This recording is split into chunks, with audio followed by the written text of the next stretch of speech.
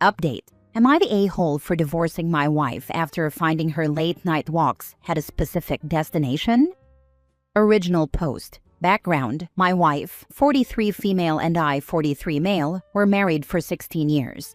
Unfortunately, we grew apart. I was not blameless in that. It took two to get us into the position we were in. We were great with our kids, 10 and 13, but had fallen into a pattern of trading off parenting duties rather than parenting together. I switched to a job a few years ago that allowed me to work from home 2 to 3 days a week, and this seemed to make things worse. It felt like we were separated but living in the same house. I tried to repair our marriage, but she seemed increasingly resentful of the time I tried to spend with her.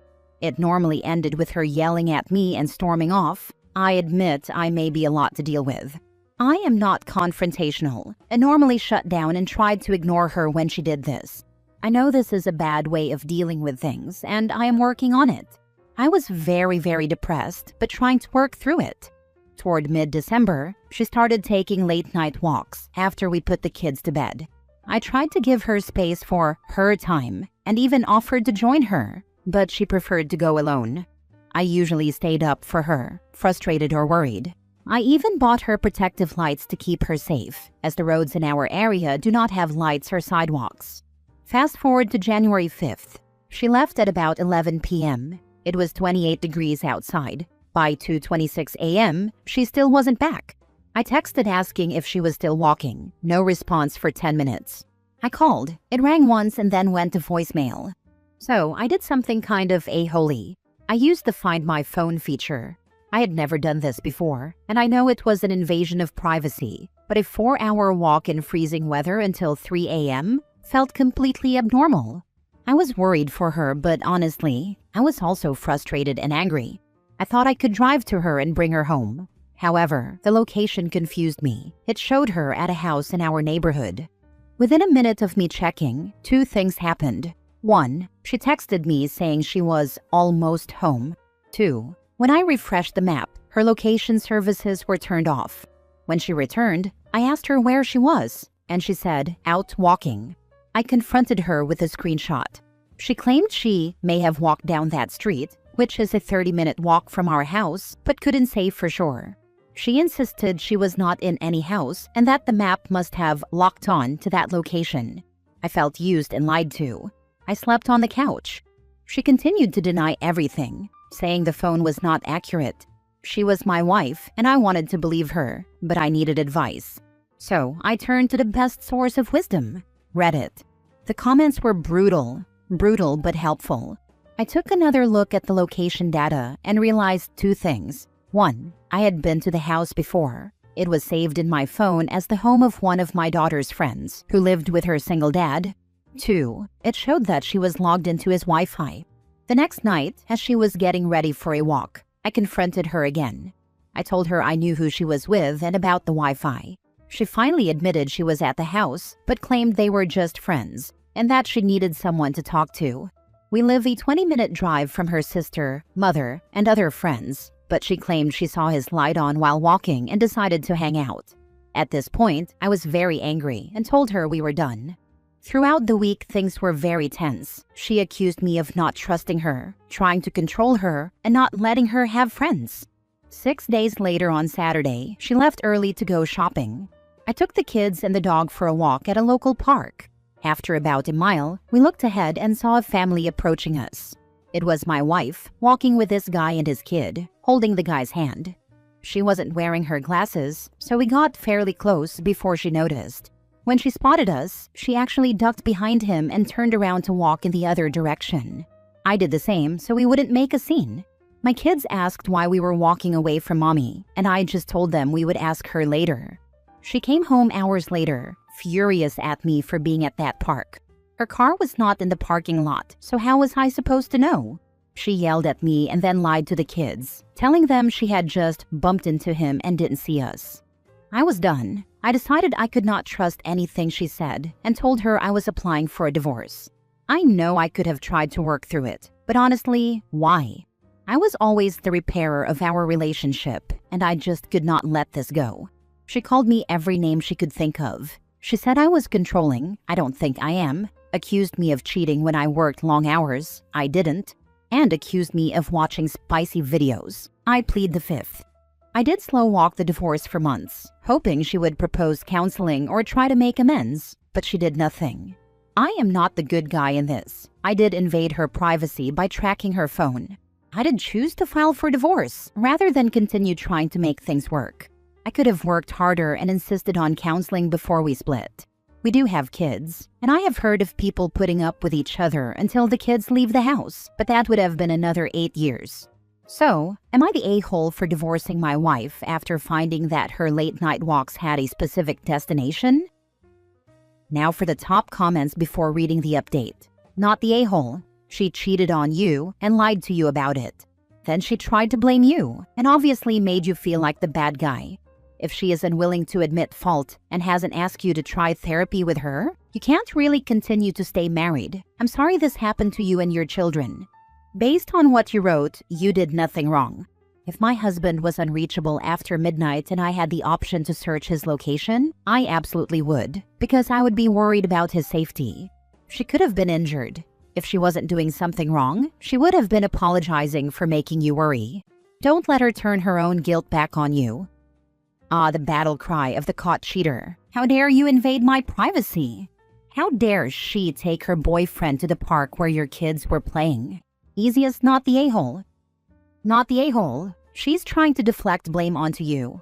Also, I personally don't think you invaded her privacy.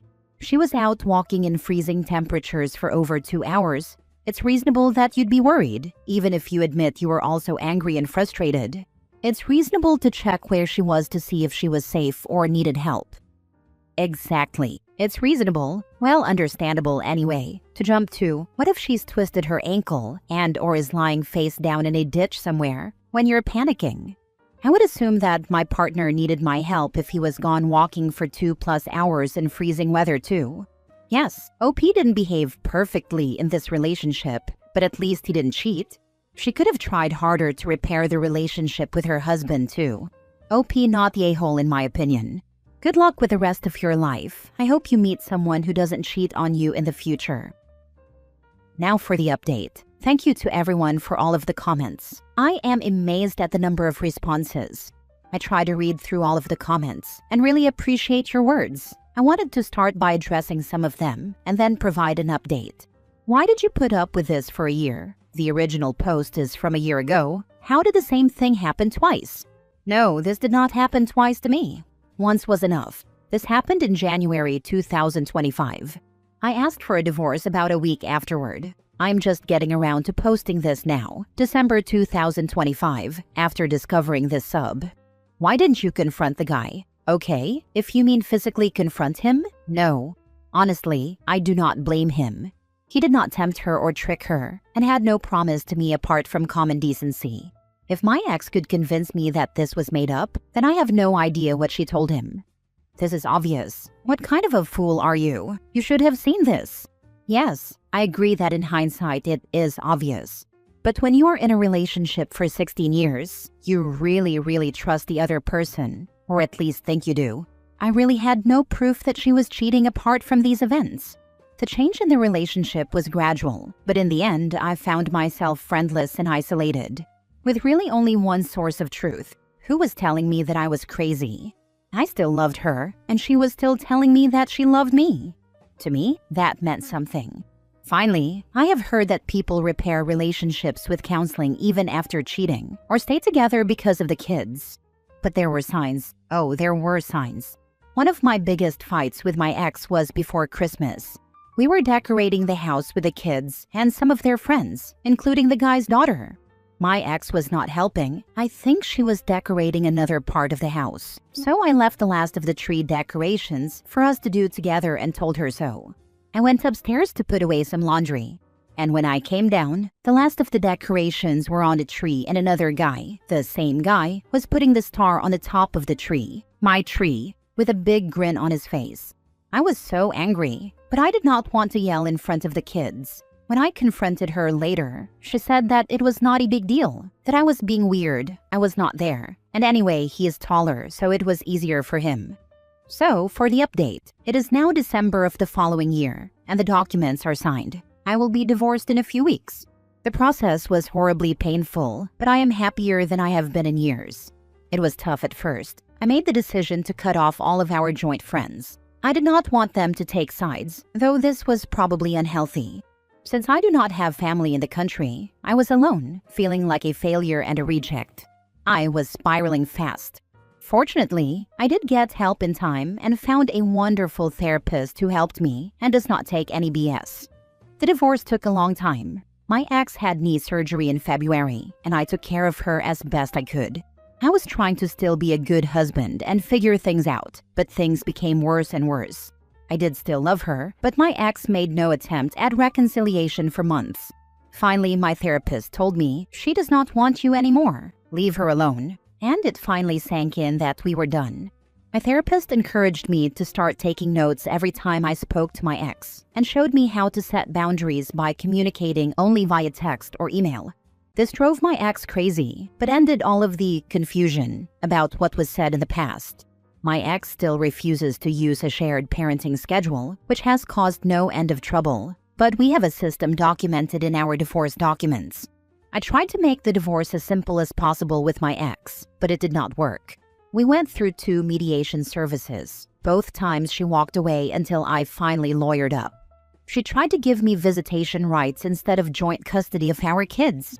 She refused to pay any bills while living in the house, except for some groceries. She tried to trick me into giving her the house and paying off the remaining mortgage. She agreed to take half of our pets, but ended up abandoning them in the house. I kept them. She refused to pay any of our shared debt. She finally moved out and, among other things, took every stitch of clothing for the kids, leaving me with nothing. My worst experience was with the sale of the house. It was truly the closing from hell. I attended the closing while my ex was vacationing with her family. We had discussed the proceeds being split 50-50, but when I saw the documents she had sent to the closing agent, I was shocked to see that she had requested that 100% of the funds be sent to her account. I called her, and she was furious that I disturbed her on the beach and told me to just sign it. What followed was 3 hours of me calling her, the escrow agent calling her, and our realtor calling her, while we tried to keep the buyers in the room.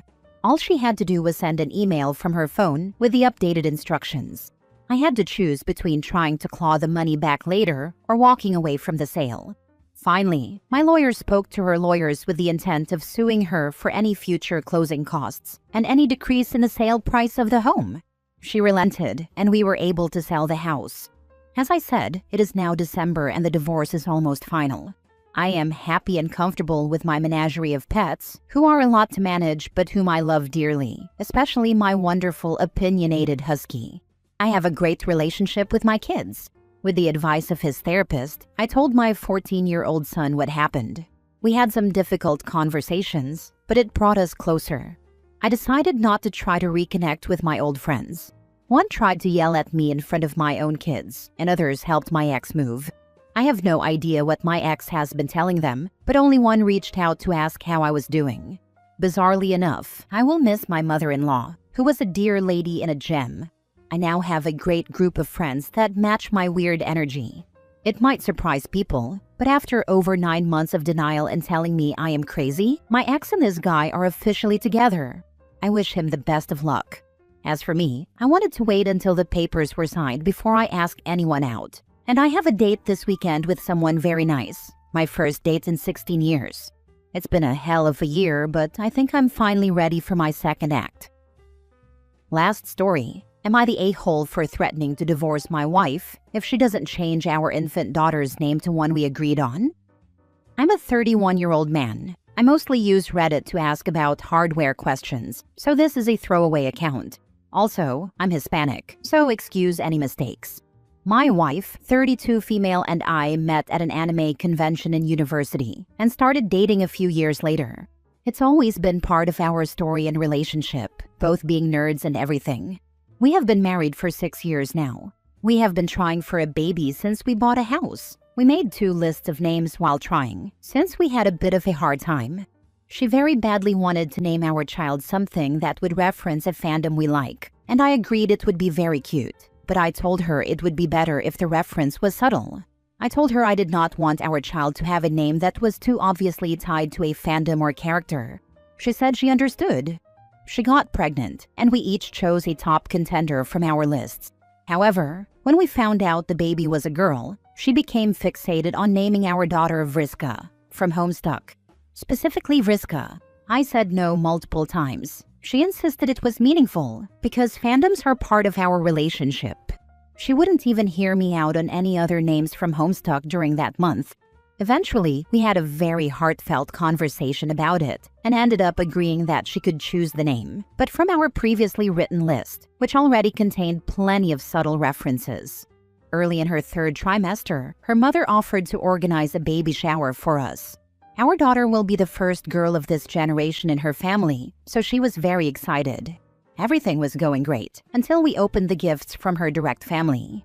Her mom gifted her a set of onesies with the name Vriska printed across the front. Her brother gifted us a sort of wooden plaque with Vriska burned into it for the nursery. I was very upset, but I did not say anything.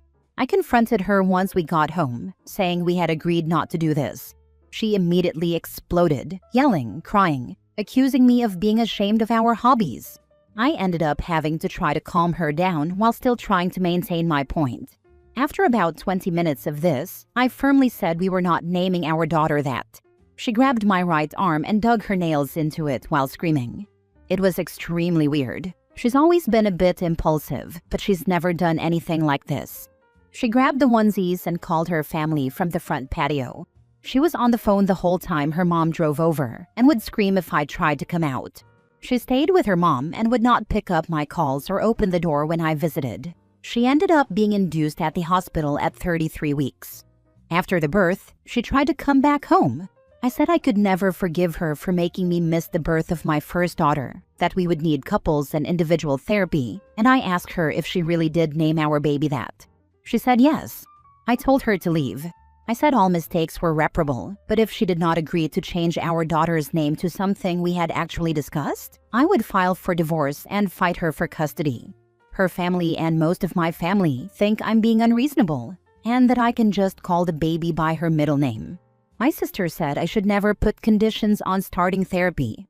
What do I do? How can I fix this? Am I being unreasonable for expecting my wife not to undermine me in such a dramatic way? Should I agree to let her move in and go to counseling before bringing the name up again? Wow, your wife is treating your child like a freaking toy. This is doomed. She made him miss the birth of his first child. As a woman, this is unforgivable. Forget the dumbass name. Nothing she does can make up for that. Not the a-hole. At this point, you'd be divorcing her over way more than just a name. She's shown that she will physically attack you, abandon you, and keep you from your daughter in order to get her way. I think you should move forward with the divorce because your wife is highly unstable, and it sounds like her family all enable it. This most likely won't get better, and you should leave before she ends up pregnant again. This is the most important comment here. She's a liar, an emotional manipulator, and she's crossed the line into physical abuse. Divorce is the only way.